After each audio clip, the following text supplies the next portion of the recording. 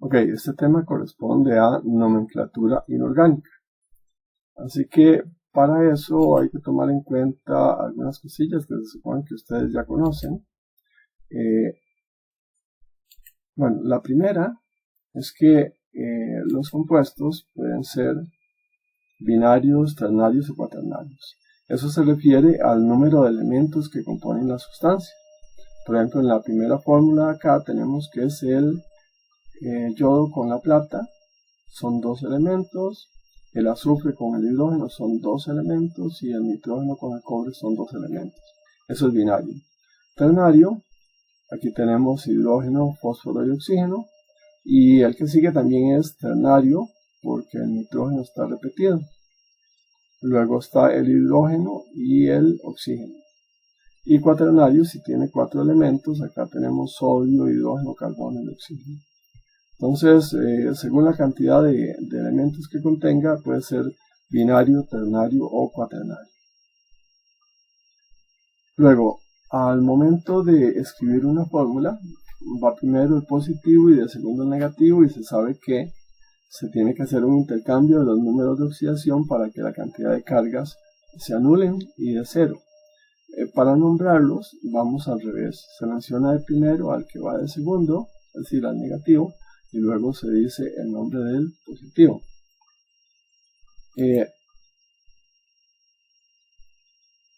Hay 2 sistemas que se utilizan para la nomenclatura inorgánica.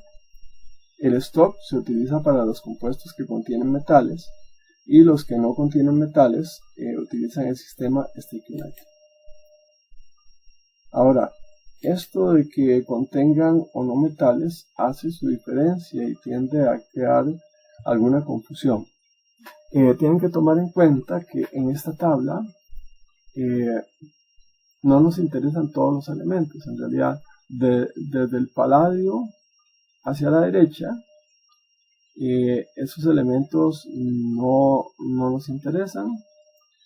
Después del platino hacia la derecha, esos elementos no nos interesan.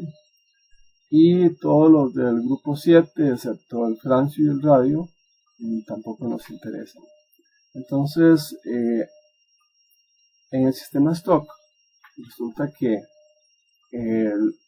al mencionar el metal, si este solo tiene una posibilidad, se sobreentiende que todo el mundo la conoce. Pero si tiene varias, es necesario hacer la aclaración. Y eso es lo que hace que alguna gente se confunda.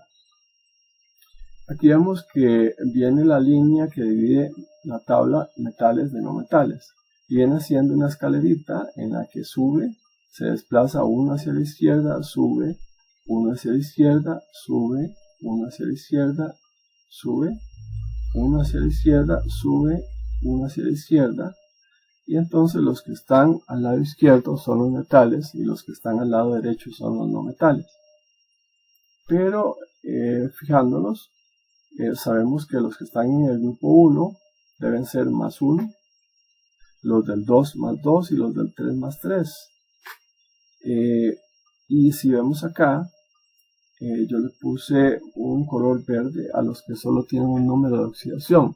Efectivamente, todos los que están en el grupo 1 esperamos que tengan más 1. Y así es. Aquí aparece el cobre y la plata, el cobre y el oro. Pero en todo caso esos elementos pertenecen a D, no pertenecen a la familia de los alcalinos. Entonces, lo que esperábamos en realidad se cumple. Todos estos son más 1. Los del grupo 2 son más 2. Excepto el mercurio que está metido acá, y los del grupo 3 son más 3, excepto el talio. Por otro lado, el otro elemento que solo tiene un número de oxidación y que no está metido entre los representativos es el escandio. El escandio, si pierde un electrón, queda como el calcio, si pierde 2 queda como el potasio, y si pierde 3 queda como el argón. Así que el escandio esperaríamos que lo que haga es perder 3 electrones. Luego de eso, el que no tiene un número de oxidación es porque tiene varios. Y entonces eso sí hay que recordar cuáles son los que tienen varios números de oxidación. Tenemos que sería desde el titanio hasta el cobre. Todos esos tienen varios. Entonces, si yo voy a decir algo de el níquel, tengo que decir cuál níquel. Si voy a decir algo del cromo, tengo que decir cuál cromo. Pero si voy a decir algo del escandio, no hay que decir nada porque se supone que todo el mundo sabe cuál número de oxidación tiene, porque solo uno tiene. Entonces vamos desde el titanio hasta el cobre, tienen varios. Luego desde el platino hasta el polonio tienen varios. Y separados están el paladio, el estaño y antimonio. Esos tienen varios. Entonces cuando yo mencione cualquier cosa de alguno de esos metales, hay que tener presente eso. Si solo tiene uno, un número de oxidación, no hay que aclarar nada, pero si tiene varios, tengo que decir cuál es el que utiliza. Ahora, empezamos con el primer tipo de combinación, que sería un metal más un no metal. Eso nos da una sal binaria. Y dice que al no metal, es decir, al negativo, se le agrega la terminación uro y luego se indica el nombre del metal. Si este metal tiene varias valencias, hay que indicar la que usa. Y si solo tiene una, pues no hay que aclarar nada porque se sabe que todo el mundo identifica cuál es. Entonces tenemos acá, por ejemplo, en el caso del NaCl, vamos de atrás para adelante. Para el cloro se dice cloruro. Si fuera bromo se dice bromuro. En el caso del azufre, sulfuro. En el caso del selenio, selenuro. Del arsénico, arsenuro. Del nitrógeno, nitruro, etc. Entonces aquí decimos del cloro, cloruro de el metal. ¿Cuál es el metal? Sodio. Entonces cloruro de sodio. Aquí lo que tengo que pensar es que si el sodio tiene solo una posibilidad o tiene varias. Y como solo tiene una, no digo nada. Luego acá es bromuro de magnesio y pienso si el magnesio tiene una o tiene varias. Como solo tiene una, no tengo que decir nada. Pero si tuviera que escribir la fórmula, tendría que pensar. Bromuro se refiere a que es bromo. Y magnesio, tengo que hacer el intercambio del número de oxidación de cada uno. Magnesio lo que tiene es más 2 y ese tengo que ponérselo al bromo. Y el 1 del bromo se lo pondría al magnesio, pero cuando es 1 no se escribe. Entonces, en el siguiente ejemplo, dice que el negativo es azufre, así que yo digo sulfuro de hierro. Pero resulta que el sulfuro de hierro habría más de uno. Entonces yo tengo que decir de cuál hierro estoy hablando. ¿Cómo sé yo? Por el negativo. El azufre es el negativo y está en el grupo 6, quiere decir que vale menos 2. Y por tanto el hierro vale más 2. En el segundo ejemplo tenemos una fórmula parecida y yendo de atrás hacia adelante uno dice este es sulfuro de hierro, pero como hay varios hierros y el anterior era hierro 2, aquí habría que decir cuál es el hierro que está participando en ese compuesto. Entonces yo lo que digo es hay 3 azufres y el azufre que está en el grupo 6 vale menos 2, eso equivale a 2 hierros. Entonces 3 azufres, como cada uno vale 2, serían menos 6, 2 hierros tienen que valer más 6 y un hierro entonces valdría 3 y lo pongo con números romanos.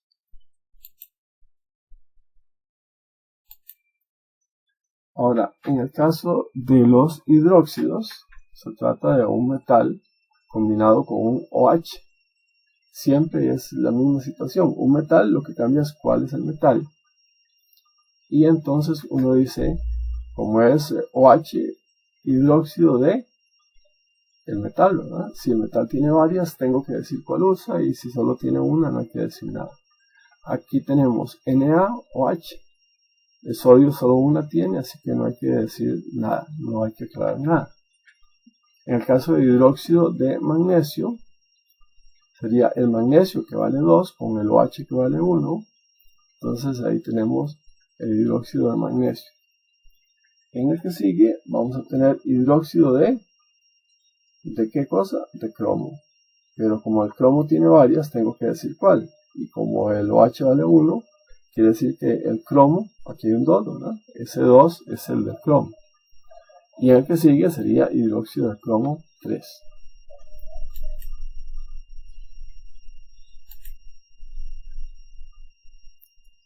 Cuando tenemos metal más hidrógeno es casi la misma historia que la anterior, nada más que en vez de tener OH lo que tengo es H-.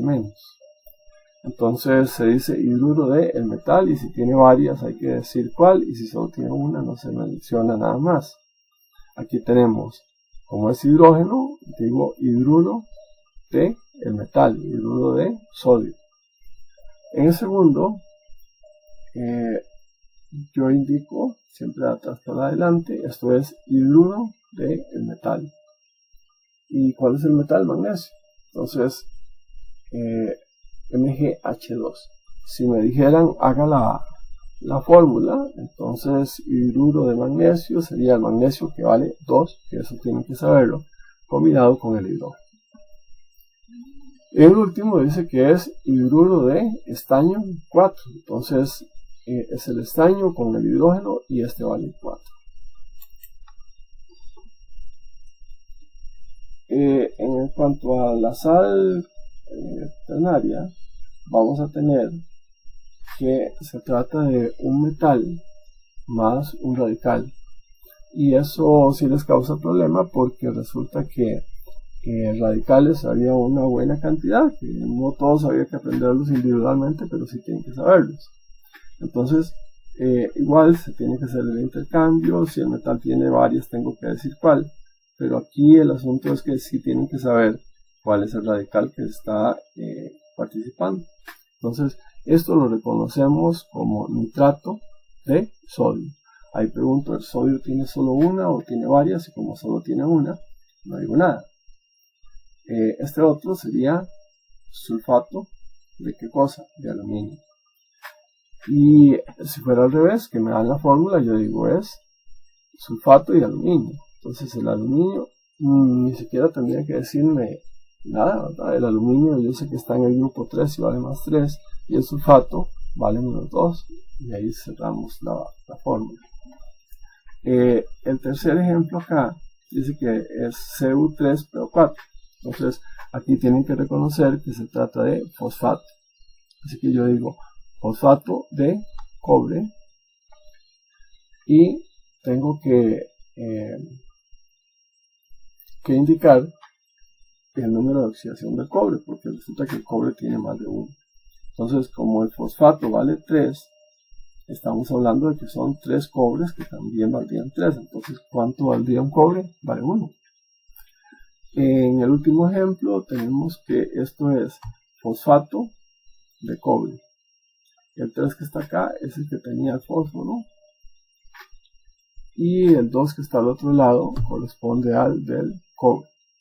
Entonces, fosfato de cobre 2.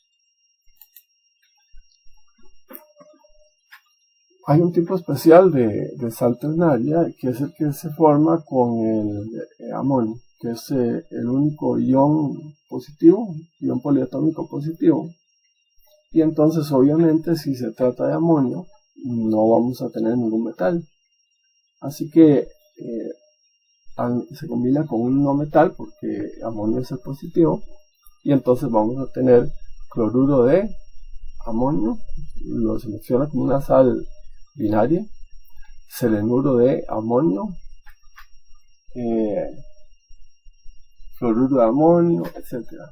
Si por ejemplo fuera el sulfato de amonio, entonces yo intercambio el 2 del sulfato y se lo pongo al amonio, y el 1 del amonio no se lo ponemos al sulfato, pero la cosa es que esto no sería legítimamente una sal ternaria, sino más bien cuaternaria, porque tiene 4 tipos de elementos.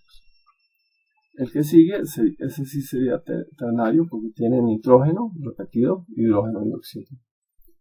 Entonces, es un tipo especial de sal ternaria, o que puede darnos incluso sal cuaternaria.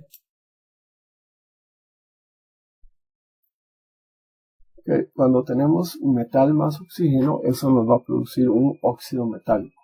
Así que uno dice óxido de metal. Y recordando siempre lo mismo, Si el metal tiene solo una, no digo nada, pero si tiene varias, tengo que decir cuál.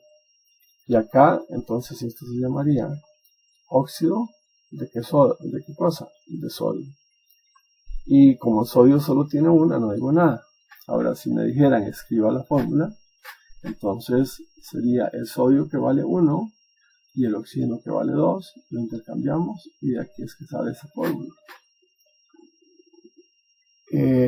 Este otro sería óxido de magnesio. Como el magnesio solo tiene una, no hay que decir nada más. El que sigue dice que es óxido de cobre, pero entonces como el cobre tiene más de una, tengo que decir cuál está usando en ese caso. Para saber cuál usa, lo hago por despeje, digo, hay un oxígeno que yo sé que vale menos 2, y eso significa que hay dos cobres que también valen 2. Entonces la pregunta es ¿cuánto vale un cobre? Pues vale 1. En el último de acá dice óxido de estaño. Entonces, óxido de estaño. Y hay que aclarar cuál es el número de oxidación del estaño. Lo saco siempre por el negativo. Digo el oxígeno, que vale 2, pero hay dos oxígenos. El oxígeno vale 4. Quiere decir que el estaño vale también 4. Y eso lo ponemos con números romanos. Cuando tenemos un no metal con oxígeno, ya no sería el stock, sino el sistema estequiométrico, y el asunto cambia radicalmente. Aquí se utilizan los prefijos mono, di, tri, tetra, penta, hexa, hepta para indicar el número de oxígenos. Igual para los del otro elemento, solo que el prefijo mono, que se refiere a 1, solo se utiliza para el oxígeno. Entonces, por ejemplo, acá, siempre yendo de atrás hacia adelante, yo digo cuántos oxígenos hay, 1.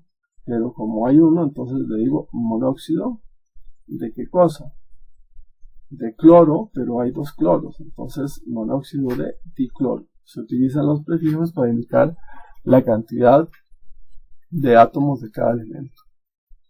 En el siguiente ejemplo, siempre de atrás hacia adelante, son 7 oxígenos, entonces hago una pequeña contracción y digo heptóxido, no heptaóxido, heptóxido.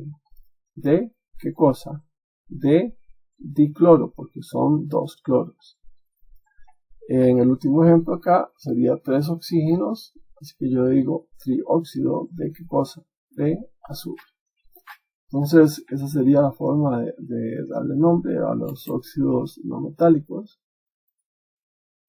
Cuando se trata de dos no metales, básicamente es lo mismo, solo que como no hay oxígeno no puede decirse dióxido ni trióxido, sino que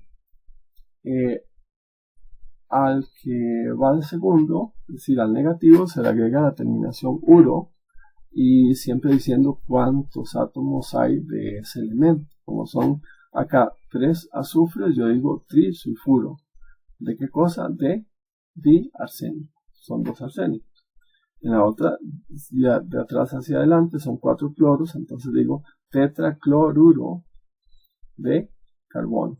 ¿Verdad que entonces se le pone la terminación uro al negativo, al no metal, y luego se dice el nombre del otro elemento, pero ya ahí sencillamente sin ninguna complicación. Si hay más de uno, entonces en este caso digo diarsénico, o podría ser triarsénico o tricloruro o lo que fuera, ¿verdad? Aquí se dice cuántos hay de cada uno.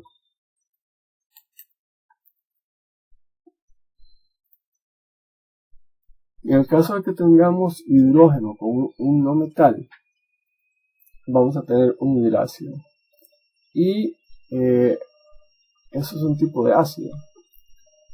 Y para ponerle nombre, en realidad hay dos fórmulas que son la misma y lo que cambia es si le ponemos aquí entre paréntesis AC, que significa acuoso o bien ácido, o G, que significa gaseoso. Entonces,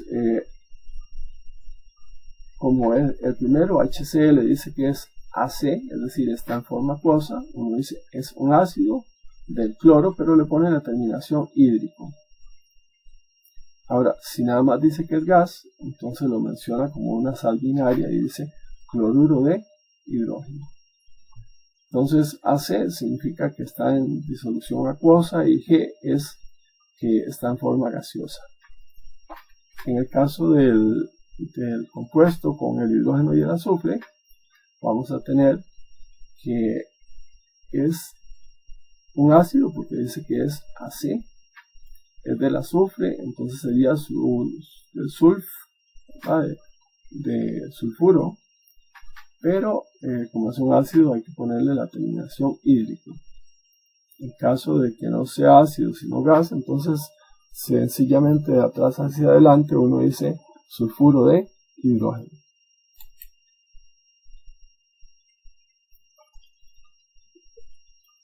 Un tipo de compuesto particular es el de los oxiácidos.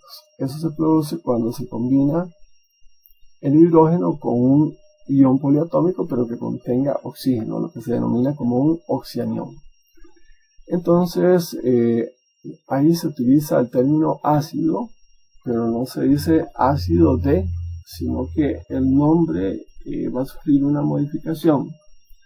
Resulta que los radicales, unos terminan en ato y otros terminan en ito, de manera que si termina en ato le cambiamos la terminación por ico, y si termina en ito se la cambiamos a oso. Entonces, por ejemplo, en este compuesto tenemos un ácido. Los ácidos siempre empiezan por una H, entonces este es ácido y el NO3 que es el nitrato, entonces uno diría ácido del nitrato, pero cambiamos ato, la terminación ato, por ico y se convierte en ácido nítrico. Quedan esdrújulas estas sustancias del nombre cuando se hace la modificación.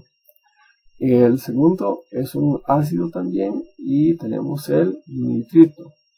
Entonces, en vez de decir ácido del nitrito, cambiamos ito por oso. Y entonces uno dice ácido nitroso. En el tercer ejemplo ahí tenemos un ácido, porque empieza con H, y sería del sulfato, pero cambiamos ato por ico y se convierte en ácido sulfúrico. Entonces esas son las posibilidades que tenemos de nomenclatura, que en realidad, excepto la confusión que se pueden hacer con los metales, es bastante sencillo. Sí hay unas cosas que obviamente tienen que saber, pero no es nada del otro mundo. Si no le dan tiempo de digerir la información, pues sí, se les puede complicar. Pero en realidad no es una cosa que se pueda decir que es muy difícil. Así que este sería el tema de nomenclatura inorgánica.